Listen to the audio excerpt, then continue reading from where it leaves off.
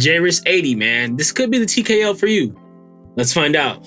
It's a TKL board by JRIS Labs or Iris Labs. I'm really excited because this is my first time checking out a JRIS board. Let's go ahead and start with these accessories.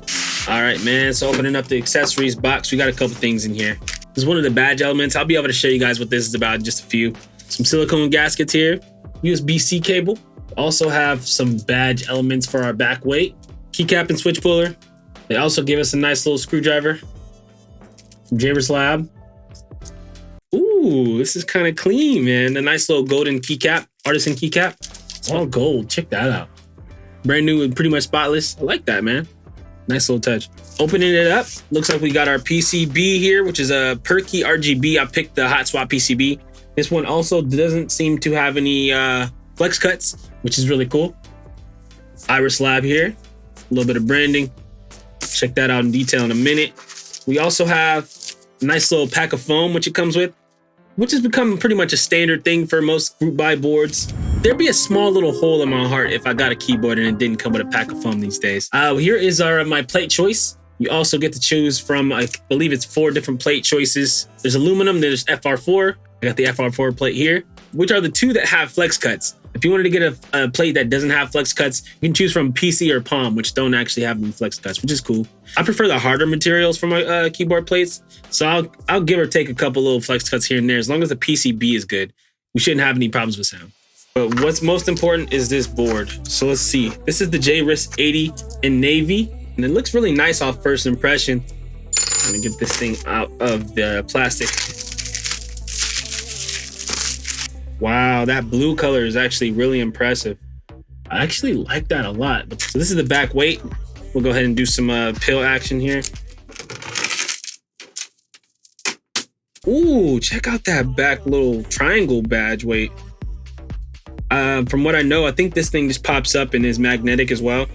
One does not simply just pop this off, do they? Here we go. Okay, there it is. There's a little divot in there. So I use a little tool like this. It's not very sharp, but wow, that design is really cool. You can customize whatever you want for the back. Under here is just, I think that just attaches to the internal weight. I got the silver back, which is cool. So blue and silver, which is kind of like a, a neutral tone, cooler tone versus like a gold, which is on the inside right here. Brass, not gold, by the way. And then there's also another accent here, which is silver too. And under here, I believe this is a diffuser for the RGB. First, let's step into like one of the first new features that I've noticed, where you can just pop it off. Ooh. Wow, that was very fast. And it didn't seem like it was that turbulent. That's really cool. The way of mounting the top and dismounting it is called a catch ball system from my knowledge. Basically what it is you see these here. So these little spots right here, each one of these slot right into each one of those. And then you're pretty much good to go. I imagine this is where the tri-mode PCB comes into effect. You got your batteries that can plug into this daughter board and make it wireless. So neither one of these drill bits that are included with the JRIS screwdriver fit for the back weight. So also, before I get too far, I'm gonna put these rubber feet on the bottom just to protect it. All right, so I got the wired version, but here's what it looks like underneath. Right now, we just have these 2 pads, and that'll be where the batteries go. Let's talk about the design and the build quality. It's a full aluminum outside casing with a brass weight, and you can get to pick a weight of your choice, like I said earlier. The typing angle for the JRIS 80 is 7.5 degrees, and the PCB is going to be a gasket structure, so that's going to be how it's mounted. And for this specific version, which is the wireless version, this is going to be QMK and VIA compatible, so that's always a plus. On this one, it's pretty minimal. I just went with a plain silver back. That middle triangle badge weight is really cool, which is also magnetic, but that gives it a nice little spark of flavor. And you can choose your own color and material for this back weight as well if you want to spice it up and make it fancy.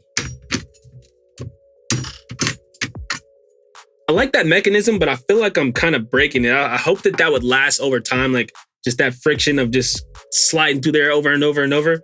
I mean, of course, you probably won't be customizing your board that much. Maybe you will, maybe you won't. I typically like to get a build that I like and leave it that way. So I guess we'll have to find out later down the line. Let's take a look at the PCB.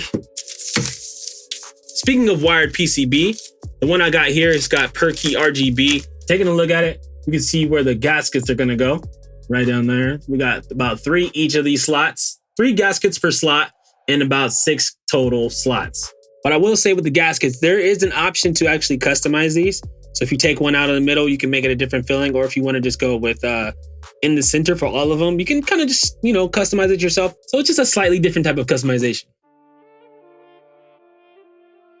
All right, so I'm back from doing that. Got the stabs in. But now I'm taking a look at this FR4 plate, and it is gorgeous, man. Take a look at this thing. Look how it shines. It's got a little bit of red on it. I'm kind of digging this, man. So before I put on the top case and the rest of the keycaps, there's one little step in between. So there's these anti-shock silicone pads, and those will just go along right inside there. Bow, bow, bow, bow, so on.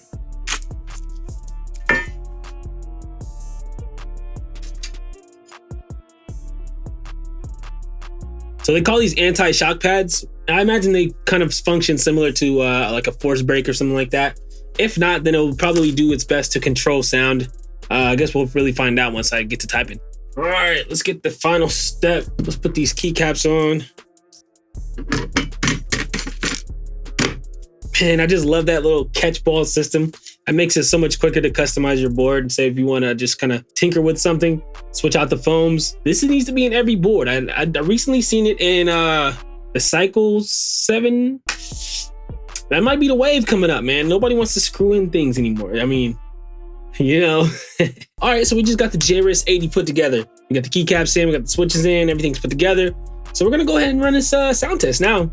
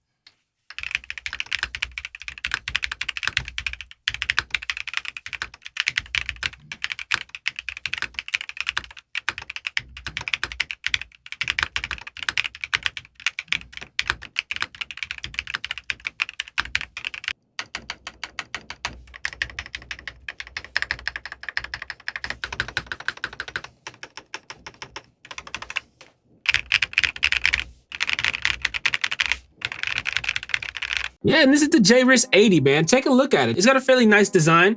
You know, got a couple little elements there.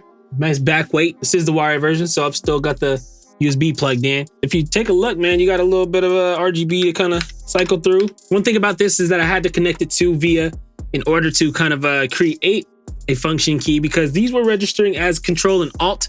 So I wasn't able to mess with the RGB until I actually changed the function. So this is now my function key instead of Alt. And I also had to use VIA to basically map two keys to change the hue as well. So there's not a huge problem, but that is something that you will want to be aware of once you open this out of the box. It's not going to be exactly ready to go, especially if you get the one keyless version. But once I got the JSON loaded, it was pretty much a breeze, especially if you already used VIA before. It's really not that hard to use. But what I like the most about the JRIS 80, man, is that the price really is not that bad. And they actually use a little bit of their creative mind to come up with some different design elements. I like that they push the envelope a little bit to, you know, make it unique. So when you go to order your JRIS 80, you can actually throw some add-ons in as well, such as a rotary knob. You can get some spare back plates, top cases, and some other plates if you like as well. The Groupbuy is live as of today. It's expected to be open until December 10th, so make sure you get on it quick.